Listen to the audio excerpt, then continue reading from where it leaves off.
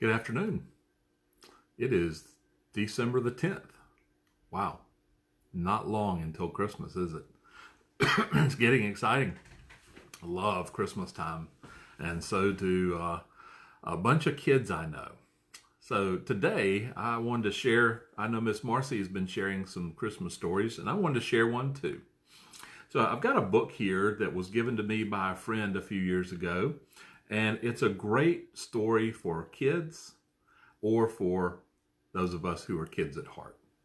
It's called The Sparkle Box. You may have seen it before. The Sparkle Box by Jill Hardy. I hope you enjoy this story. I'll try to hold it up so you can see.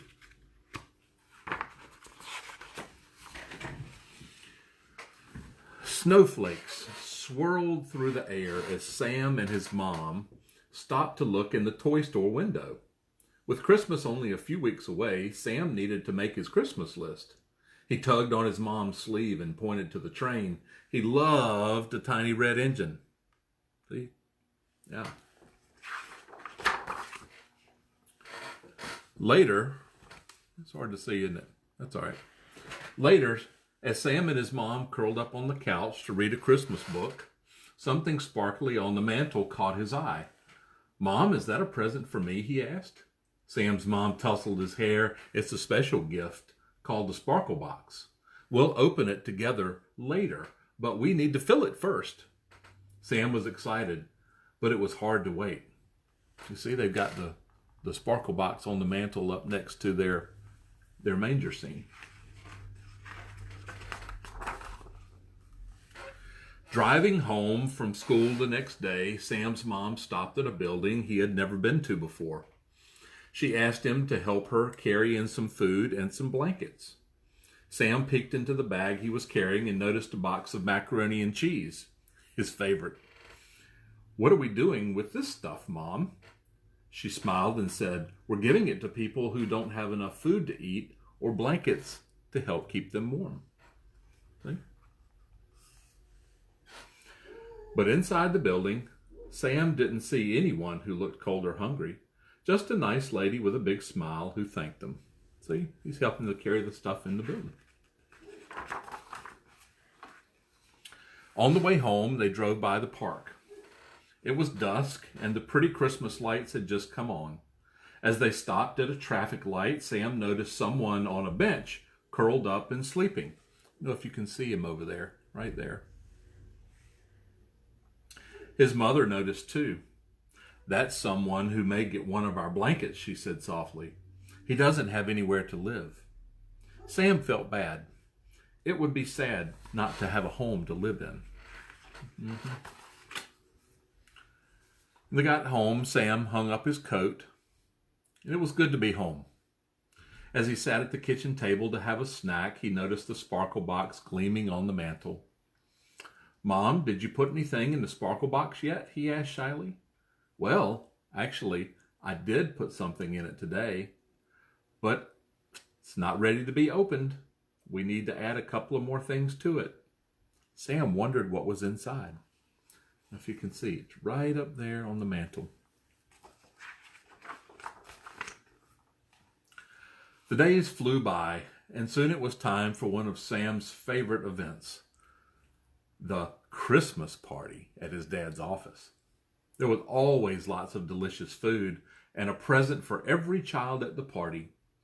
Sam's dad thanked everyone for coming. He talked about how blessed they were, and when many people in the world would struggle for something as clean as water to drink, he said a village in Africa would receive a special gift this year, thanks to money donated by employees and their families.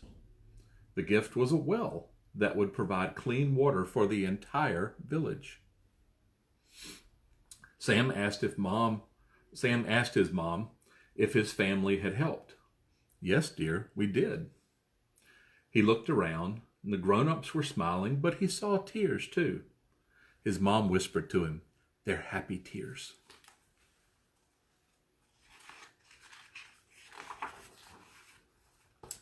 As his dad tucked him into bed that night,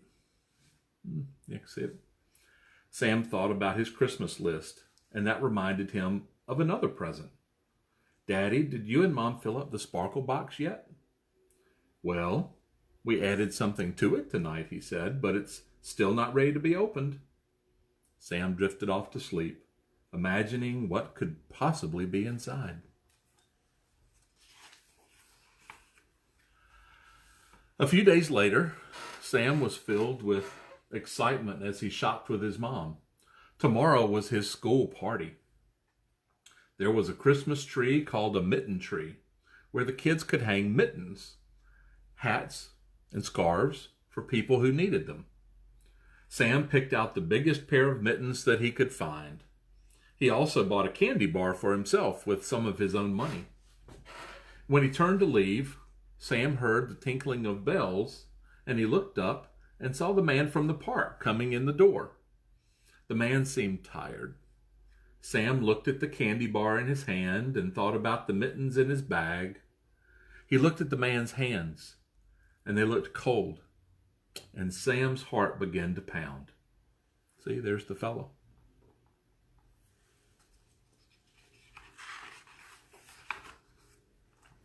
So as quick as a wink, Sam slipped his candy bar into the bag with the mittens and pressed the bag into the man's hands. See, he ran out the door shouting, "Merry Christmas!" His mom gave him a hug. "I'm proud of you," she said. "I know that wasn't easy, but you brought a little light into his world tonight." How nice. Nice of him to share. Sam asked his mom if they could drive by the park. As he watched the flame on a giant candle blink on and off, he thought about how unfair it was that some people didn't have a home to live in or food to eat. And soon it was Christmas Eve, the most special night of the year. Sam and his family gathered at their church for a Christmas Eve service. They sang songs and listened to the story of the very first Christmas. Then, in the darkened sanctuary, a single candle was lit.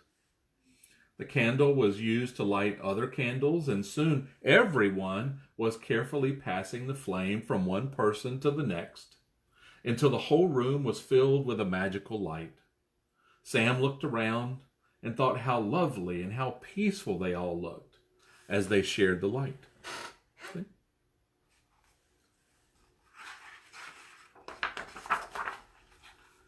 On Christmas morning, Sam ran downstairs as fast as he could. Under the tree was the train with the shiny red engine. And what was that? It was the sparkle box. Sam could hardly wait to open it. He sat on his mom's lap with his dad snuggled in close. And Sam slowly lifted the lid of the box. Inside, there were just a few pieces of paper with words written on them. And puzzled, he took the papers out and began to read the words out loud. This one says, "Mittens and a candy bar given to someone in need." This one says, "Warm blankets and food for the homeless." This one says, "A well in Africa that will provide clean drinking water."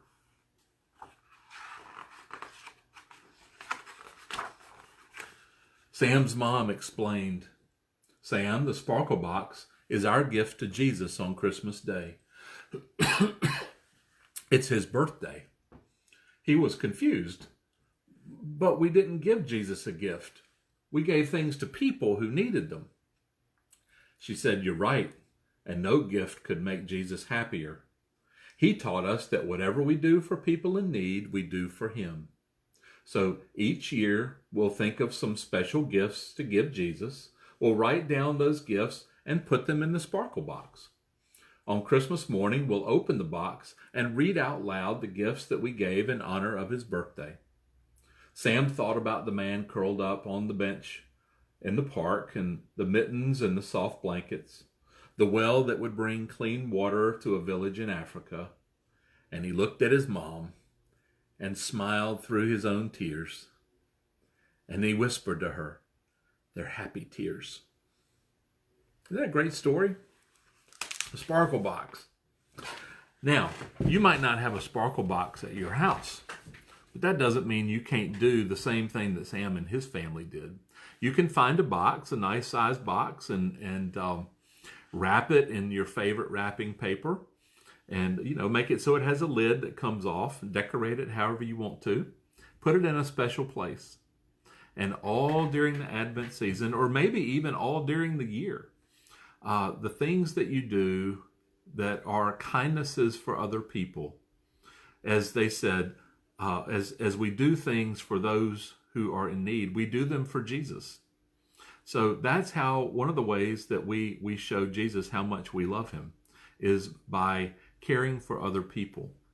And so wouldn't it be a nice thing that on Christmas, one of the gifts that we could open would be the gifts of things that we've done for Jesus, not to pat ourselves on the back or be proud of ourselves, but to just be able to remember and appreciate how much Jesus does for us, so that we can then turn out into the world and do things that are blessings for other people.